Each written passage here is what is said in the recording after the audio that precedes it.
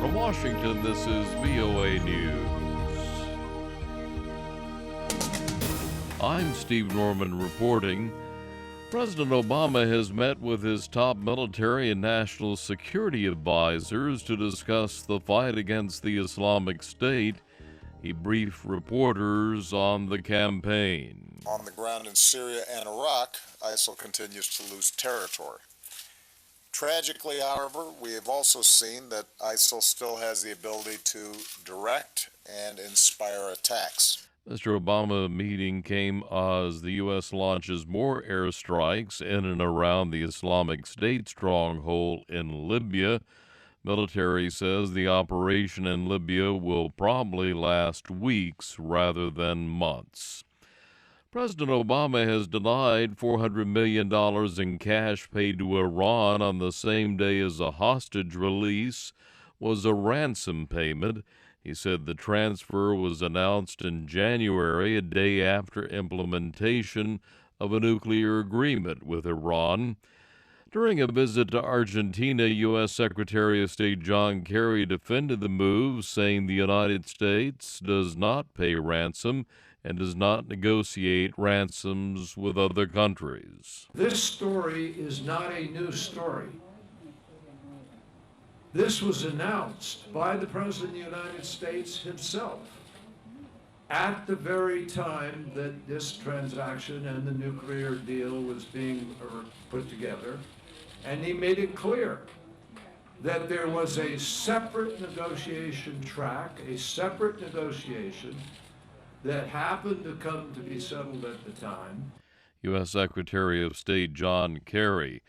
Amid a scandal involving allegations of state-sponsored doping, the International Olympic Committee has decided to allow more than 270 Russian athletes to compete in this summer's games, the Olympics opening today in Rio de Janeiro. This is VOA News.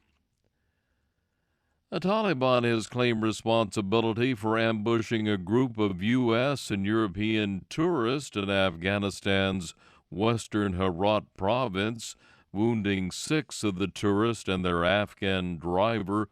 Also, a Pakistani helicopter has crash-landed in Afghanistan's Logar province. Officials say the helicopter caught fire after it landed. It was approached by a group of armed men who seized 6 people and took them to an unknown location. The woman stabbed to death in an attack on a street in London was the wife of a psychology professor at Florida State University in the U.S. 64-year-old Darlene Horton was killed when a Somali-Norwegian teenager went on a knife rampage through Russell Square, a hub for students as well as tourists. London police say they found no evidence of radicalization to suggest terrorism in the attack. Instead, police say the attack was likely triggered by mental health issues. In U.S. politics, new polling data shows that Democratic Party presidential candidate Hillary Clinton has the lead over Republican Donald Trump in 4 key states.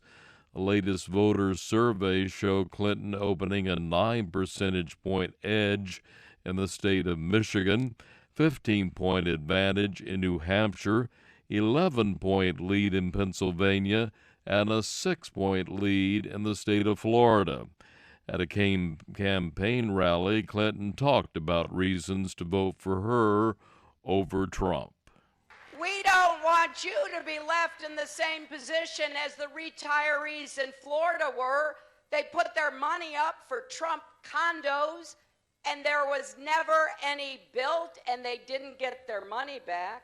And here's Donald Trump at a Thursday rally. We have border problems. People are pouring into our country. We have no idea who they are. We have people. We're going to build a wall, folks. Don't worry about it. We'll build a wall. Polls are showing that Clinton has a larger but not insurmountable lead over Trump nationally. In an average of polls, Clinton is ahead of Trump by about 6 points.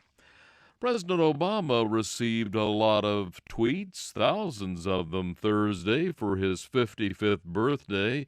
Vice President Joe Biden tweeted a photograph of himself with his boss, and both of them wearing friendship bracelets. Biden wrote, "A brother to me, a best friend forever."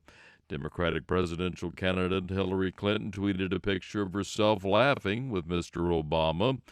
He celebrated his birthday with his family at a local restaurant here in Washington. Earlier in the day, Mr. Obama's wife, Michelle, tweeted, and I quote, 55 years young, and that smile still gets me every single day.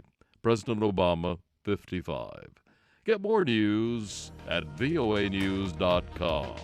That's the latest world news from VOA.